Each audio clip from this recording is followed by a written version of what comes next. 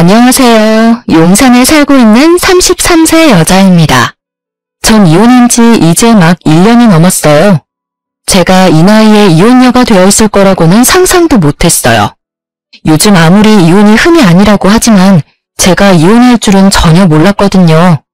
이혼한 지 1년이 넘어간 지금도 여전히 남편과 시누이만 생각하면 이가 갈리는데요.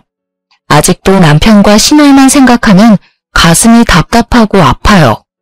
그 정도로 전 결혼 생활 자체가 지옥이었는데요. 이런 결혼 생활일 줄 알았으면 애초에 이 남자를 만나지 말걸, 그런 생각이 가끔 들어요. 하지만 사람 만난다는 게 다 알고 만나는 게 아니잖아요. 그래서 경험이라고 생각하기로 했어요. 결혼 생활로 인해 생긴 답답한 마음을 조금이나마 풀고 싶어 사연을 보내게 되었는데요. 조금 긴 저의 이야기를 들어주시면 감사하겠습니다. 저와 남편은 대학교 동갑내기 같은 대학교 커플이었어요. 20대 초반에 만나서 남편과 6년이나 연애했었네요. 군대까지 기다리며 남편과 전 정말 이쁜 연애를 했습니다. 아무래도 장기 연애라서 혼인신고만 안 했지 이미 부부다라고 말할 정도였어요. 연애를 했었을 당시에 남편에게 문제가 있을 거라고는 상상조차 하지 못했어요. 남편에게 누나만 3명이 있다고 들었는데 애교가 많고 가끔 잘 삐지는 거 보면 아, 막내 티가 나긴 하는구나 이런 느낌만 받았지 이게 저희 연애에 걸림돌이 된 적은 없었어요. 여자라면 누나가 많은 남자랑 결혼한다는 게 쉽지 않은 일이잖아요. 근데 저는 연애할 때 크게 신경 쓰지 않았어요. 시누이가 있는 주변 사람들 이야기를 들었을 때도 크게 와닿는 게 없기도 했고요. 그 당시에는 상상이 잘 안 가서 그런가 크게 걱정이 되진 않았어요. 하지만 왜 사람들이 누나 있는 남자를 그렇게 선호하지 않는지 알겠더라고요. 주변 친구들은 제 남편이랑 결혼하는 거 다시 생각해보라고 한 적이 있었는데요. 사실 남편이 저와 연애할 때는 좋았던 사람이었지만 친구들한테 이기적이고 철없는 사람으로 통했어요. 그 사실을 뒤늦게 알게 됐었고요. 지존아, 너 결혼하는 거 다시 생각하면 안 돼? 왜? 무슨 일 있어? 대학교 다닐 땐 아무래도 아는 사람들이 많다 보니까 다들 쉬쉬하는 분위기였는데 지금은 대학 졸업도 했고 눈치 볼 필요도 없으니까 솔직하게 말할게.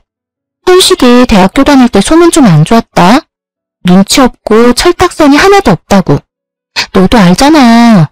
현식이 과제 하나도 안 하고 항상 무임승차했던 거. 게다가 술 마시고 항상 선배한테 개기고 여자 후배들한테 찝쩍거리고.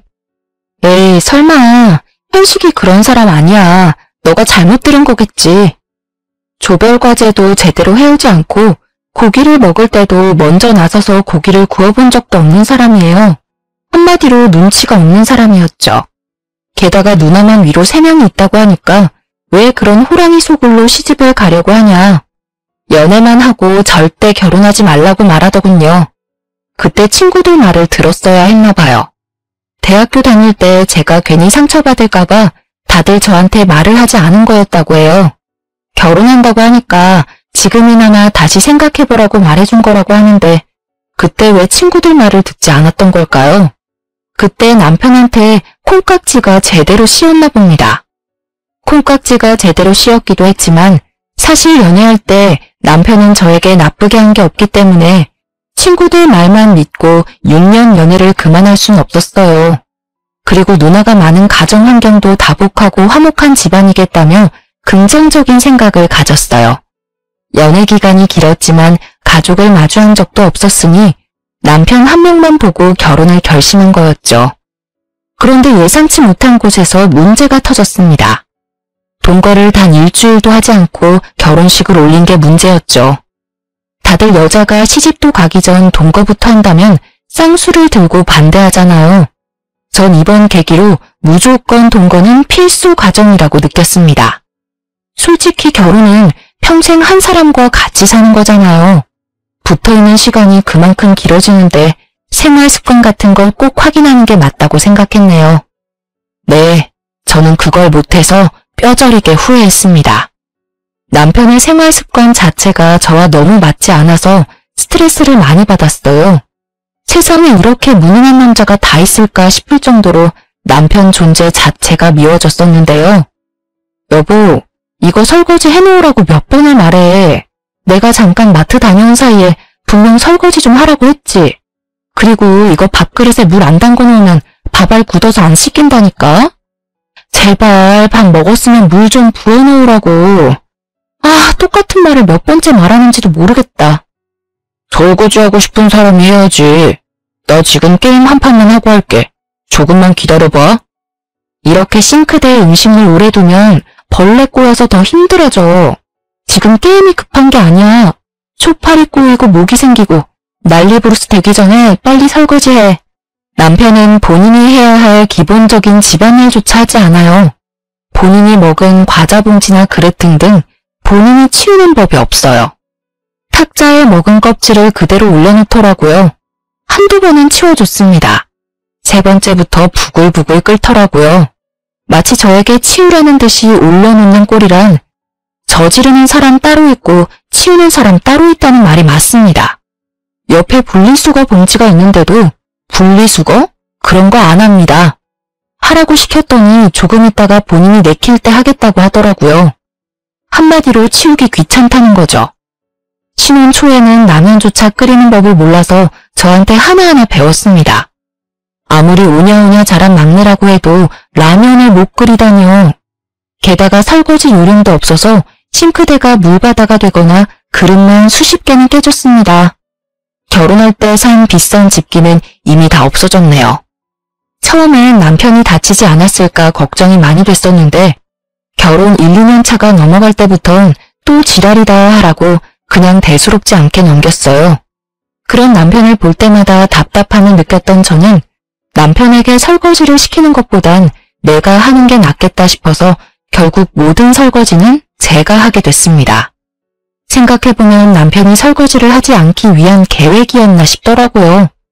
설거지 말고도 화장실 문제로 자주 싸우기도 했었는데요. 소변을 볼 때 남편의 소변이 사방팔방으로 다 튀다 보니 다음에 쓰는 제가 정말 불편하고 찝찝하더라고요. 내가 분명 말했지. 오줌 쌀 때마다 제발 이리저리 튀기지 말라고. 오줌이 튀면 닦기라도 하던가. 왜 이대로 냅두냐고. 하여튼 혼자 깔끔한 척은 다 하네. 여보, 그 결벽증 좀 고쳐. 우리 집에선 이런 걸로 문제될 게 전혀 없었어. 그리고 답답하면 여보가 좀 알아서 닦아놓으면 되잖아. 우리 엄마도 뭐라고 안 하는 걸 왜 너가 난리냐? 이제 한평생 나랑 살아야 하는데 언제까지 엄마 하면서 지낼 거니? 이제 내가 싫다고 하는 건 고치는 척이라도 해. 너 나이가 몇 살인데 애처럼 굴고 그래? 왜? 아니 고작 이런 일로 화를 내는 너가 예민한 거 아니야? 우리 20년 넘게 다르게 생활했던 사람이야. 어떻게 하나하나 다 마음에 들 수 있겠냐? 서로 안 맞으면 맞추는 노력이라도 해야 할 거 아니야. 근데 당신은 잘못된 건 고치려고도 안 하잖아. 난 그게 싫고 짜증난다고. 남편이랑 생활 습관 자체가 180도 달랐어요. 아무리 게으른 사람이라고 해도 그렇지 남편의 행동은 전부 무개념 그 자체였답니다. 내가 싫다고 하면 고치려고 하는 척이라도 해야 하는데 고칠 생각 전혀 없다며 대놓고 말하는 태도가 정말 어이없더라고요. 연애할 땐 정말 이런 사람인 줄은 전혀 몰랐어요. 연애할 당시 1박 2일 정도로 여행 몇 번 같이 간 적이 있는데 그때마다 부지런히 움직이던 사람이었기에 이렇게 게으른 사람일 거라는 전혀 생각 못했어요. 연애할 때와 결혼할 때 너무 다른 사람이라서 같은 사람이 맞나 싶더라니까요. 저희 친정 부모님 앞에서는 세상 부지런한 사람인 척 연기를 너무 잘해서 아무리 친정 부모님한테 하소연을 해도 믿어주질 않더라고요. 여우 중에서도 완전 상여우가 저희 남편이에요. 남편이 이렇게 게으르고 무개념이 된 이유는 다 누님들 때문이었는데요. 특히 남편과 2살 차이가 나는 막내 누님 때문이 커요. 시부모님을 보면 세상 멋지고 냉철하신 분들이세요. 자식이라고 해서 무조건 오냐오냐 하는 법이 없으시고 맞으면 맞다, 아니면 아니다라고 단호하게 말씀하시는 분들이세요. 그래서 남편은 시부모님 앞에서 항상 아무 말 못하고 기가 죽을 정도인데요. 반면 남편 누님들은 그런 남편이 뭐만 하면 이쁘다, 귀엽다라며 엄청 이뻐해요. 남편은 누님들 앞에서는 기가 엄청 사는 편일 정도였어요. 누가 보면 누님들이 남편을 낳은 건가 싶더라니까요. 그래도 시어머님과 첫째 누님, 둘째 누님은 시집살이를 절대 시키는 법이 없어요. 오히려 저보고 쉬라고 말할 정도였는데요. 그래서 말로만 듣던 시누이 짓에 대한 걱정이 사라지게 됐었는데요. 하도 주변 사람들이 시누이는 시어머니보다 더 심하다는 말을 들은 적이 몇 번 있어서 조금 겁을 먹은 상태였거든요. 그렇지만 첫째, 둘째 누님만 보고 안심할 수는 없었어요. 남편보다 2살 많은 막내 누님은 정말 시집살이가 심한 편이라서 제가 고생이 정말 많았었는데요. 남편을 제일 이뻐하는 누님으로 남편이 잘못을 하든 안 하든 무조건 남편 편만 들고 명절만 되면 저한테 설거지부터 음식까지 저 혼자 하라고 시키셨어요. 옳게? 우리 엄마가 과일 깎는 거 안 보여? 왜 보고만 있어? 우리 엄마가 옳게 과일 먹이려고 태어난 사람 같아 보여? 엄마 가만히 있어. 이런 건 옳게한테 하라고 해. 조용히 좀 해. 아주 너가 온 세상 신의 짓은 다 하는구나. 태아가 얘가 하는 말 전혀 신경 쓰지 말고 편하게 쉬고 있어. 오늘 저녁 거의 너가 다 했잖니. 원래 이런 건 며느리가 하는 거라고. 엄마는 이제까지 우리 키우느라 고생 많이 했으니까 이제 며느리한테 다 맡겨. 집에서 꼼짝도 안 하는 년이 왜 애를 못 잡아먹어서 안달이야? 넌 지금도 여전히 엄마 고생시키고 있잖아. 내 며느리는 알아서 잘 해주고 있단다. 너 여기서 한마디만 더 하면 이 집에서 나가. 막내 누님이 시누이 짓을 할 때마다 다행히 시어머님이 옆에서 제 편을 들어주셔서 크게 힘든 적은 별로 없었어요. 하지만 시어머님이 없는 자리에선 막내 누님이 하는 행동들이 가관이었어요. 저희 부부집에 말도 없이 찾아올 때가 많았는데요. 그때마다 제 옷과 구두, 가방 등등 하나하나씩 탐을 내시더라고요. 옳게, 이 가방 엄청 비싼 가방인데 어디서 났어? 옳게 돈 많이 벌어? 아, 이 가방 친정엄마한테 작년 생일 선물로 받았어요. 너무 이쁘죠? 너무 비싼 가방이라 저도 함부로 들고 다니지 못해요. 나 이거 주면 안 돼? 나 명품백 하나도 없는 거 알잖아. 나 이런 거 하나쯤 가져보고 싶은데. 아, 형님, 정말 죄송한데 이건 선물 받은 거라서 형님께 드리는 게 좀 그래요. 나중에 제가 돈 더 벌면 그때 하나 사드릴게요. 아니, 나 이거 가지고 싶다니까. 나한테 이거 주는 게 그렇게 아까워? 우리 이제 가족 된 사이인데. 나 다음 주에 친구 모임 있는데 그때 들고 가고 싶어서. 형님, 다른 건 몰라도 이건 선물 받은 거라서 드리는 게 좀 그래요. 진짜 나중에 좋은 거 하나 사드릴게요. 친정엄마에게 400만 원짜리 명품 가방을 선물 받은 적이 있어요. 평소에 명품 가방에 관심이 크게 없는 편인데 친정엄마께서 나중에 살다 보면 비싼 가방 하나쯤 들고 갈 일이 있을 거라며 생일 선물로 사주셨어요. 근데 그걸 탐내고 가져가려고 하시더라고요. 끝까지 안 된다고 거절하니 거의 한 달 동안 삐져서 저랑 말도 안 섞더라고요. 시어머님이 뒤늦게 그런 일이 있었다는 걸 알게 되셨고 그때 막내 누님은 엄청 혼이 났다고 들었습니다. 막내 누님은 그때 시어머님의 등살에 못 이겨 마지못해 사과를 하시더라고요. 더 가관이던 일 한 가지가 있는데요. 막내 누님 남자친구와 관련이 있는 일이었어요. 누님은 그 당시 10살 연하 남자친구가 있었어요.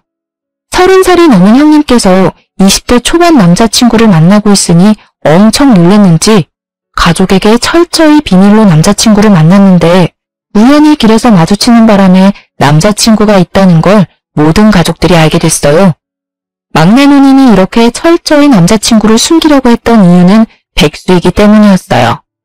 막내 누님은 30살이 넘어서까지 일을 제대로 해본 적이 없는 분이세요. 가끔 단기 알바만 해본 분이지 돈을 번 적이 없어서 핸드폰 요금까지 밀린 적이 있던 분입니다. 그런 상태에서 남자친구를 만난다고 하면 가족들이 노발대발할 게 분명하니까요. 더 가관인 부분은 바로 남자친구와 술집에서 만났다는 것입니다. 맥주 마시다가 만난 사이라고 하는데 알고 보니 남자 끼고 노는 노래방에서 만난 사이라고 하더라고요. 이 사실은 저만 알고 있었습니다. 그런 막내 누님은 남자친구에게 간이고 쓸개고 다 줄 것처럼 행동하고 있어요. 없는 돈 쪼개가면서 데이트 비용을 전부 내고 있으며 신용카드 할부로 남자친구 명품 선물을 해준다는 것입니다. 신용카드 한도 초과로 결국 신용불량자가 될 뻔했는데요. 형님, 제발 그 남자친구랑 헤어지세요. 이러다가 정말 큰일이라도 날 것 같다고요. 왜? 내 남자친구가 얼마나 좋은 사람인데 내가 그런 남자친구를 언제 만날 수 있겠어? 그리고 옳게, 너가 뭘 안다고 내 남자친구에 대해서 그렇게 말을 해? 내 남자친구 제대로 본 적이나 있어? 옳게가 뭘 안다고 헤어지라고 말해? 앞으로 이런 일로 나한테 뭐라고 하면 옳게 가만히 안 둬. 형님, 이번 달 카드값도 400만 원이나 나오셨다면서요. 일도 안 하시는 분이 그걸 어떻게 감당하려고. 너 내 통지서 몰래 훔쳐봤니? 너가 뭔데 훔쳐봐? 옳게가 대신 내줄 거 아니면 제발 신경이나 꺼. 한 달에 카드값만 3, 400만 원은 기본으로 나왔습니다. 신용카드 돌려막기로 지내다가 뒤늦게 알게 된 시부모님께서 해결해 주셨어요. 덕분에 신용불량자까지 되진 않았어요. 이런 일이 있었는데도 정신 차리지 못한 막내 누님은 여전히 남자친구한테 온갖 정성을 다하고 있는데요. 말이 통하지 않는 막내 누님을 모른 척하고 조용히 지내고 있었어요. 그때 친정엄마가 곧 칠순이었기에 6개월 전부터 친정 부모님 모시고 갈 제주도 여행을 계획하게 됐어요. 부모님 모시고 어떻게 여행을 가면 좋을까 열심히 알아보고 있는데 남편은 전혀 도와주는 법이 없더라고요. 서운했지만 그래도 내 부모님인데 내가 알아서 해야지 긍정적으로 생각했죠. 그렇게 비행기, 숙박 모두 다 예약해두고 여행만을 가길 기다리고 있었는데요. 근데 여행 가기 한 달 전 남편이 갑자기 여행을 가지 못한다고 하는 겁니다. 여보, 나 이번에 여행 못 갈 것 같은데? 갑자기? 아니 몇 달 전부터 가기로 약속한 여행인데 갑자기 이러면 어떡해.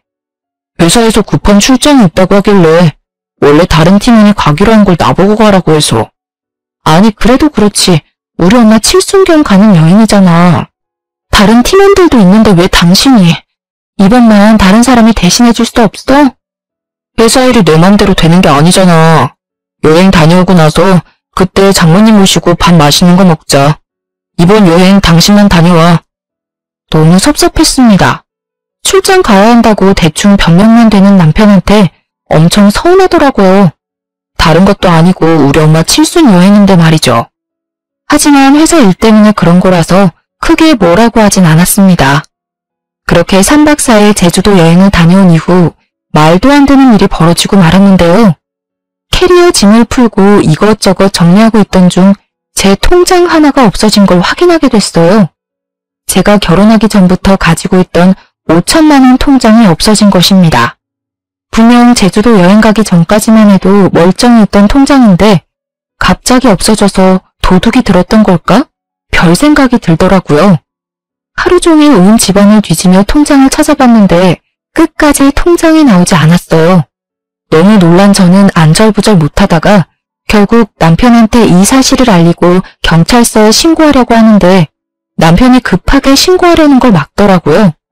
그래서 왜 막냐며 성질을 냈었는데 알고 보니까 통장에 손을 댄 범인은 바로 남편이었어요.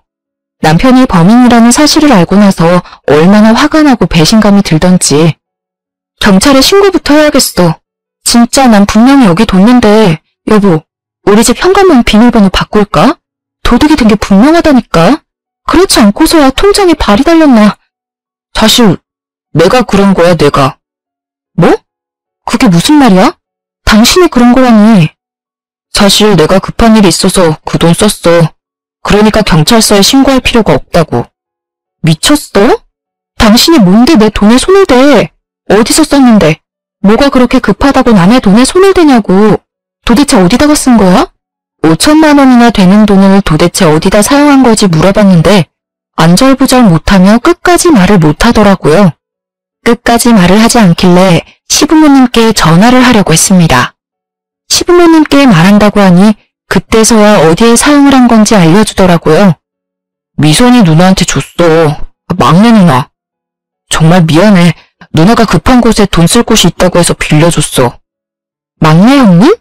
미쳤어? 빌려줄 사람이 따로 있지. 땡전 한 푼 없는 막내 형님한테 빌려주면 어떡하냐? 당신 솔직히 말해봐. 내 돈 훔치려고 제주도 여행 안 간다고 한 거지? 내가 지금 이 사실 발견하지 않았더라면 끝까지 숨기고 있었을 거잖아. 누나가 이래서 갚는다고 하길래 정말 미안해. 미안해 여보야. 내가 누나한테 다시 돌려달라고 말할게. 제발 화내지 마. 어? 당장 형님 불러. 지금 당장. 그렇게 저와 남편 막내 누님과 삼자 대면을 하게 됐습니다. 막내 누님의 얼굴을 보자마자 뺨 한 대 갈기고 싶은 거 꾹 참고 말을 이어나갔습니다. 형님, 남편한테 다 들었어요. 남편한테 5천만 원 빌리셨다면서요? 그게 무슨 돈인 줄 알고 빌리셨어요? 근데 왜? 내 동생한테 돈 빌리는 게 큰 잘못이야? 그 일 때문에 이 시간에 날 여기로 부른 거야? 전 이렇게 뻔뻔하고 가증스러운 사람 처음 봤습니다. 본인 동생한테 빌린 돈인데 왜 자기를 불렀냐며 뻔뻔하게 나오는 막내 누님 때문에 진짜 화가 치밀어 오르더군요. 가운데 앉아있는 남편은 눈치만 보며 기죽은 강아지처럼 앉아 있었습니다. 내가 이런 남자랑 6년을 연애하고 결혼을 했다는 게 정말 한심하더라고요. 과거로 돌아가서 이 결혼을 막고 싶은 심정이었어요. 그 돈은 제 돈이에요. 알고는 있으셨어요? 그 5천만 원이 올케 돈이라고? 5천만 원의 출처가 저라는 말에 당황한 막내 누님은 애써 당황하지 않은 척 포커페이스를 유지했었습니다. 형님, 그 5천만 원 당장 돌려주세요. 그 돈 빌려간 지 얼마 안 됐으니까 다 쓰진 않으셨을 거잖아요. 일단 일부라도 좋으니까 제 돈 돌려주세요. 저 형님한테 그 돈 빌려줄 생각 눈꼽만큼도 없어요. 당장 돌려주세요. 돌려주고 싶어도 못 줘. 그 돈 이미 다 쓰고 없는 상태야. 아쉽게 됐네. 나중에 천천히 갚을게. 앙칼진 목소리로 돈이 없다고 말씀하셨어요. 당장 돌려줄 돈이 없다며 배째라는 듯이 나오는 막내 누님 때문에 혈압이 오르다 못해 쓰러질 것 같았습니다. 갚을 능력이 없으면 빌리지도 말아야 하는 게 맞지 않습니까? 그럼 언제 갚으실 건데요? 형님 갚으실 능력은 되세요? 일도 한 번도 해본 적 없으신 분이 무슨 배짱으로 그 큰 돈을 빌리신 거예요?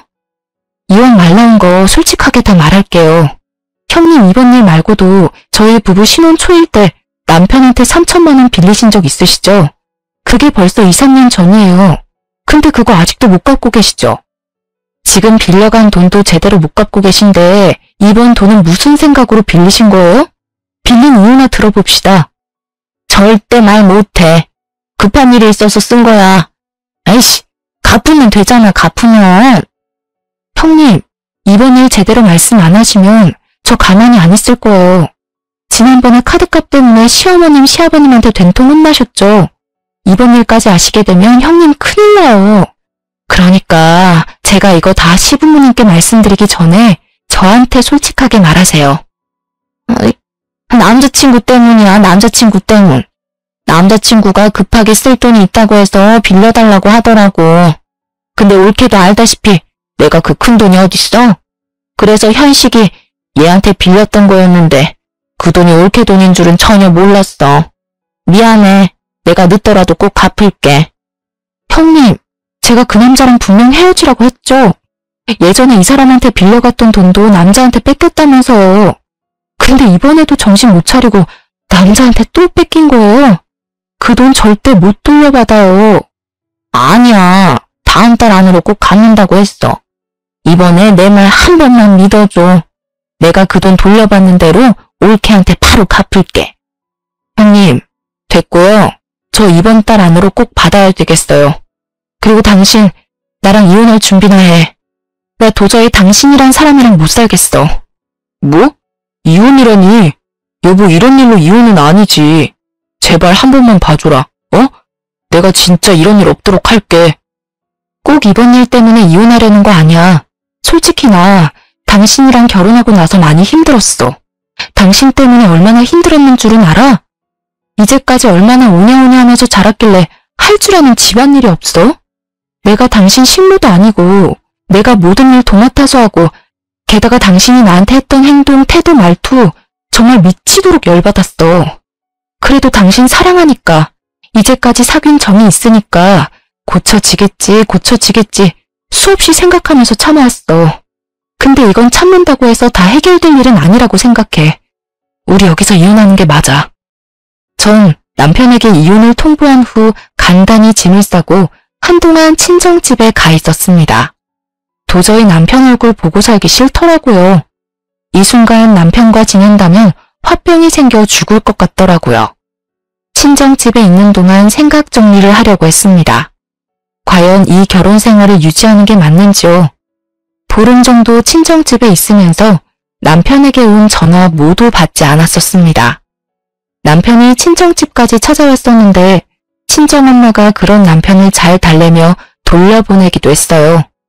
그렇게 혼자 밤낮 가릴 거 없이 고민하고 또 고민하고 있었는데 시어머님께 전화 한 통이 왔었습니다.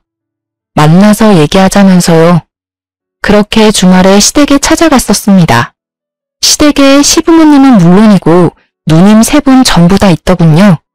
그 사이에 있던 남편은 정말 눈물 콧물 다 흘리며 있더라고요. 저를 보자마자 남편이 다가와 대성통곡을 하더군요. 저도 처음 보는 남편의 모습에 당황해버렸어요. 남편은 저랑 정말 이혼이라도 할까봐 너무 무서웠다며 잠을 제대로 자지 못했다고 하더라고요. 그런 저를 보자마자 눈물부터 흘리더군요. 세아가 애들한테 어느 정도는 들었다. 이혼이라니 절대 이혼 못한다. 도대체 어떤 일이었길래 이혼까지 한다는 소리가 나와. 얼만큼 들으신 거예요, 어머님? 전부 다 들으신 거 맞으세요? 번식이가 너 돈에 손을 댔다는 정도만 들었다. 도대체 무슨 일이길래 그러니? 어머님, 이왕 이렇게 된 거 제가 직접 말씀드릴게요. 이 사람이 제 5천만 원에 손을 댔더라고요. 근데 그게 다 막내 형님 때문이었어요. 어머님도 아시죠? 막내 형님 남자친구. 그 남자친구 때문에 이 사람한테 돈을 빌려달라고 한 거였더라고요. 근데 남편은 저한테 말도 없이 제 돈을 빌려준 거였고요. 저 남편도 남편이지만 막내 형님 때문이라도 이혼하는 게 맞다 생각해요. 저 이 집에 시집 오고 나서 남편이랑 막내 형님 때문에 정말 힘들었어요. 남편은 집안일 전혀 신경 쓰지 않았어요. 할 줄 아는 게 전혀 없는 사람이더라고요. 할 줄 모르면 하려는 노력이라도 하면 모를까. 오히려 제가 이 모든 집안일을 도맡아서 하는 게 당연한 거였더라고요. 그리고 어머님도 아시잖아요. 막내 형님이 이제까지 저한테 어떻게 해왔는지. 저 이제 힘들어서 못하겠어요, 어머님. 제 말을 들은 시부모님과 첫째, 둘째 누님들은 막내 누님과 남편의 등짝을 때리며 화를 내시기 시작했습니다. 남편은 그저 맞고만 있고 막내 누님은 뭐가 그렇게 서러운지 자긴 끝까지 잘못 없다며 서럽게 울더라고요. 아이처럼요. 가족끼리 고작 5천만 원 가지고 이러기야? 어? 옳게도 참 독하다. 가족들 앞에서 꼭 이래야만 했어? 그럼 형님은 저한테 왜 그러시는 거예요? 저 이제 형님 가족 안 하려고요. 당장 돈이나 갚으세요. 엄마, 당장 올케한테 돈 보내줘. 나 정말 숨막혀서 미치겠다고. 엄마, 제발. 너가 빌린 돈 내가 왜 갚아줘야 하니? 너 능력껏 빌린 돈 갚아라. 그리고 분명 엄마가 말했었지. 그 남자 절대 만나지 말라고. 넌 엄마 말이 개똥 같니? 왜 말을 안 들어? 남자한테 간이고 쓸개고 다 내주는 여자가 세상에서 제일 한심한 여자라고 몇 번을 말했어, 이거사. 너 앞으로 이런 식으로 살 거면 나 보고 살지 마. 전 이날 이후 집에 있는 모든 짐을 빼고 나왔습니다. 친정 부모님은 혼자 나가서 살 생각하지 말고 같이 살자고 하시더군요. 남편과 살던 집은 전세였었는데 다음 세입자를 구한 뒤 돌려받은 전세비는 제가 그대로 갚기로 했습니다. 그 전셋값은 저희 친정 부모님이 빌려주신 돈이었기 때문에 제가 갚는 게 맞았습니다. 그리고 남편과 이혼을 준비하고 있는 과정에서 시어머님을 마지막으로 보게 됐어요. 시어머님이 절 마지막으로 꼭 보고 싶다고 하셔서 따로 만나게 됐었는데요. 세아가, 우리가 이렇게 된 게 참 마음이 아프다. 너가 현식이랑 갈라서기 전에 마지막으로 너 얼굴 보고 싶었어. 어머님, 저도 마음이 좋지 않네요. 어머님은 제가 보는 앞에서 6천만 원이란 큰 돈을 계좌이체 해주셨어요. 놀란 저는 돈을 거절하려고 했는데요. 하지만 어머님은 이 돈 꼭 받았으면 한다고 하셨어요. 이 돈 꼭 받아줘. 시엄마로서 마지막으로 해주고 싶어서 그래. 너가 우리한테 시집 왔을 때부터 얼마나 고생이 많았어. 내가 너희 결혼한다고 했을 때 도와준 것도 없어서 항상 마음에 걸렸어. 이 돈 받을 자격 충분하다. 부모로서 애들한테 줘야 할 돈 그냥 너한테 주고 싶어서 그런다. 우리 애들이 몸만 컸지 아직 철이 없어. 우리 막내 그동안 같이 살아줘서 고맙다. 이건 애들이 빌려간 돈이랑 별개로 주는 거니까 애들한테 돈 꼭 받아내. 이 돈 받았다는 거 애들한테 절대 말하지 말고. 저와 시어머니는 한참을 울었습니다. 사실 전 시어머님 덕분에 결혼 생활을 이어갈 수 있던 거였거든요. 친정엄마처럼 정말 잘해주셨습니다. 그런 어머님과 앞으로 못 볼 거란 생각에 정말 슬프고 그렇더라고요. 이 이후로 남편과 이혼하게 됐습니다. 처음엔 남편이 이혼하지 않으려고 엄청 때를 썼는데 시댁에서 당장 이혼하라고 부추겼다고 들었어요. 그렇게 마지못해 저와 이혼을 하게 됐습니다. 이혼을 하고 난 뒤 얼마 지나지 않아 돈 문제로 남편을 만난 일이 있었어요. 이혼은 했었지만 돈 문제는 바로 해결되지 않았거든요. 당신 돈 언제 줄 거야? 형님이 안 주면 당신이라도 내 5천만 원 돌려줘야지. 누나가 빌린 돈인데 내가 꼭 갚아야 하나? 그런 무책임한 말이 어딨어. 애초에 5천만 원에 손을 댄 건 당신이야. 형님이 못 갚으면 당신이라도 내 돈을 갚아야지. 이 돈 빠른 시일 내로 못 갚으면 둘 다 경찰서에서 나 볼 줄 알아. 여보, 돈도 돈이지만 우리 다시 합치면 안 돼? 이혼 도장 찍어줄 생각 없었는데 하도 엄마 아빠가 이혼하라고 옆에서 난리를 피우는 바람에. 우리 다시 합칠 일 절대 없어. 그러니까 나한테 여보라고도 부르지 마. 나 당신이랑 이 긴 세월 동안 같이 한 게 너무 후회스럽고 그래. 그러니까 내 돈이나 제때 갚기나 하셔. 남편은 5천만 원 때문에 엄청 스트레스를 받는 눈치였어요. 일을 하지 않는 막내 누님은 당연히 5천만 원 갚을 능력이 되지 않기 때문이죠. 시부모님께서는 말로만 갚아주지 않을 거라고 하실 줄 알았는데 진짜 갚아주지 않더라고요. 남편과 막내 누님 두 사람 스스로 돈을 갚아야 하는 상황이었던 거죠. 이혼하고 나서 한두 달 정도 지난 후에 제 통장으로 5천만 원 돈이 입금되었습니다. 이 두 사람 이 큰 돈이 없다는 것쯤 뻔히 알고 있는데 생각보다 돈 입금이 오래 걸리지 않아서 놀랬었어요. 이 돈 어떻게 갚은 거냐고 물어봤었는데요. 알고 보니 남편과 막내 누님께서 각각 반반씩 대출을 받았다고 하네요. 남편은 직장을 다니고 있는 사람이라서 제1금융권 은행에서 대출받는 게 가능했는데 무직인 막내 누님은 대출받는 게 한정적이라서 결국 제1금융권이 아닌 대부업체에서 대출을 받았다고 합니다. 대부업체는 다른 대출에 비해 금리가 높은 편이잖아요. 매달 원금과 이자를 갚는 게 너무 힘들었는지 울고 불고 난리가 아니라고 합니다.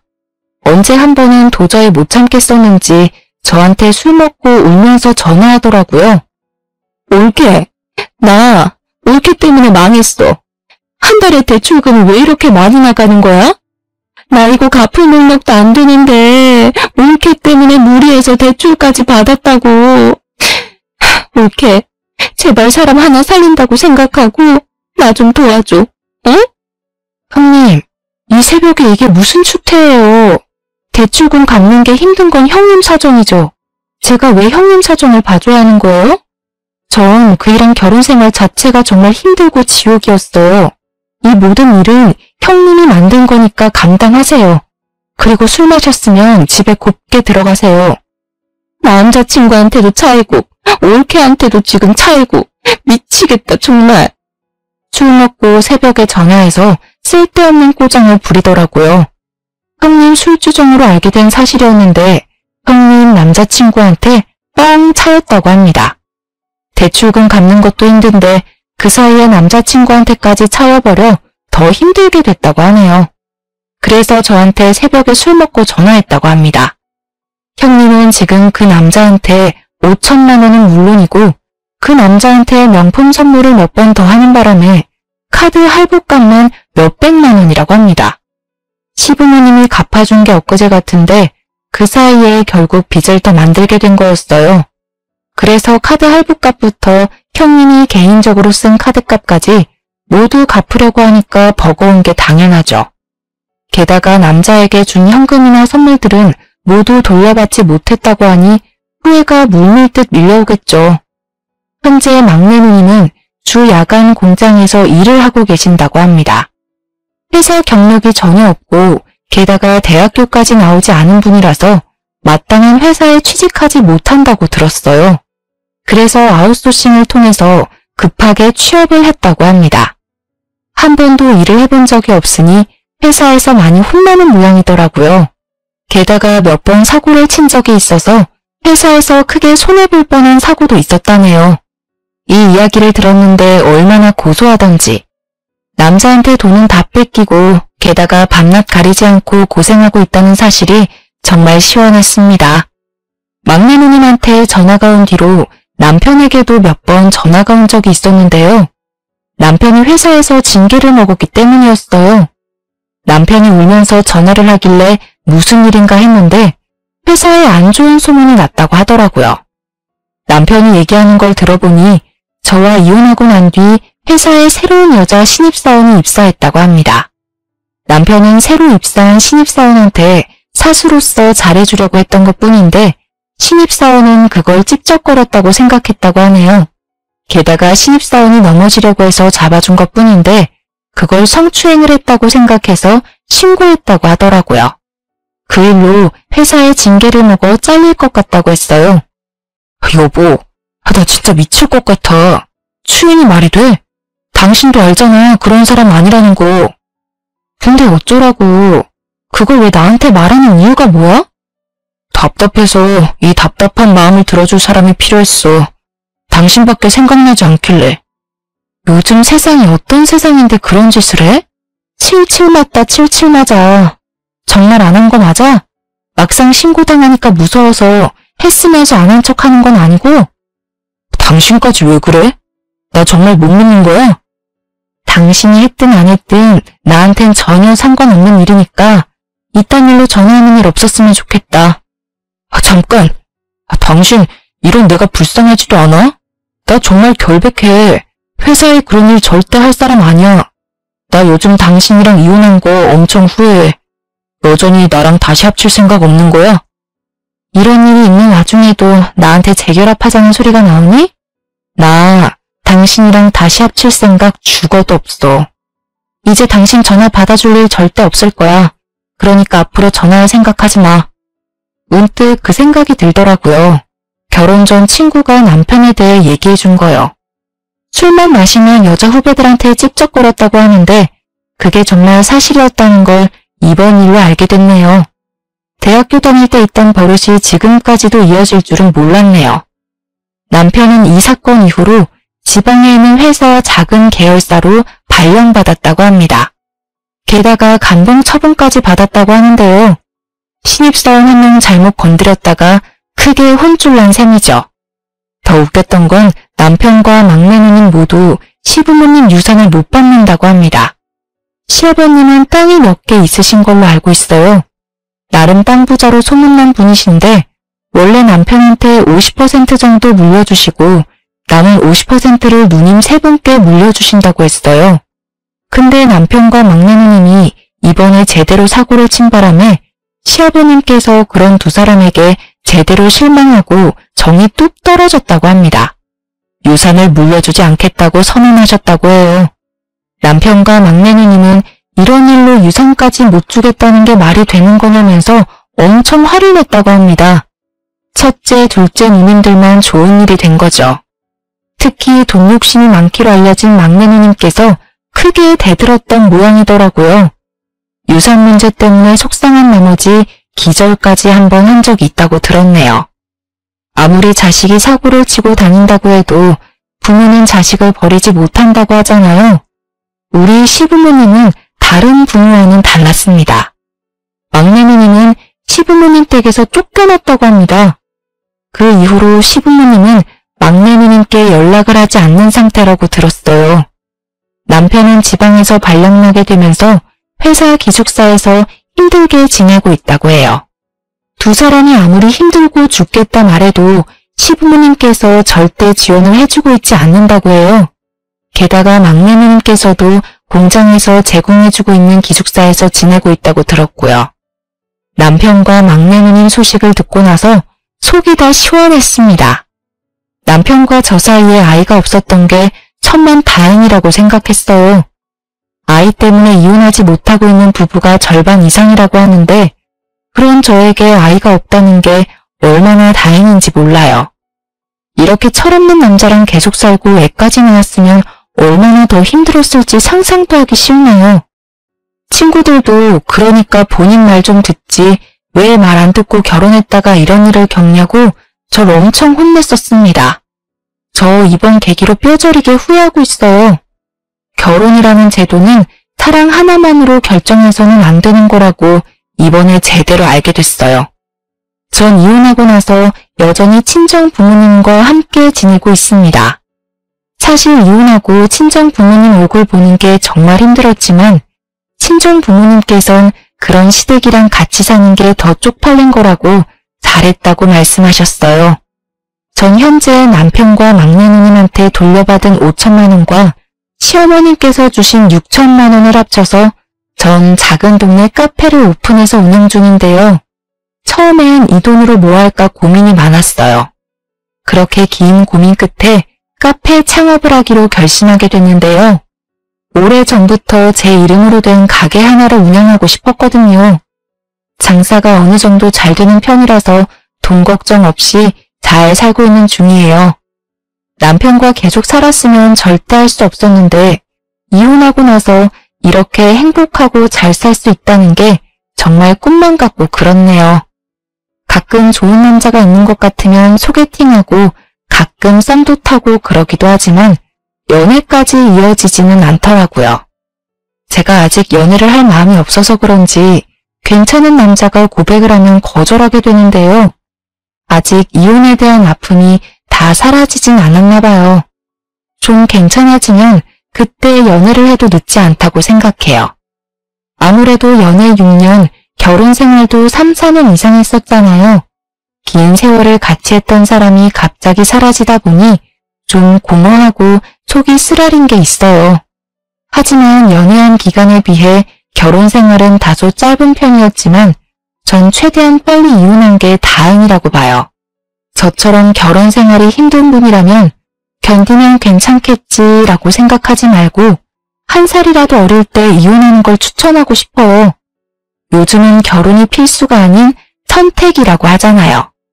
이혼도 흠이 아닌 시대이기도 하고요. 아, 그리고 만약 결혼을 앞두고 계신 분은 꼭 이 사람이랑 결혼을 해야겠다 싶으면 짧더라도 한 달은 꼭 같이 살아보고 결혼했으면 합니다. 여러분, 동거를 욕할 게 아니에요. 만약 동거를 했다면 이혼이 아니라 파혼이라는 결과였을 텐데 사회 인식이 개선될 필요가 있다고 생각해요. 넋두리가 길었네요. 지금까지 제 길고 길었던 이야기를 들어주셔서 감사해요.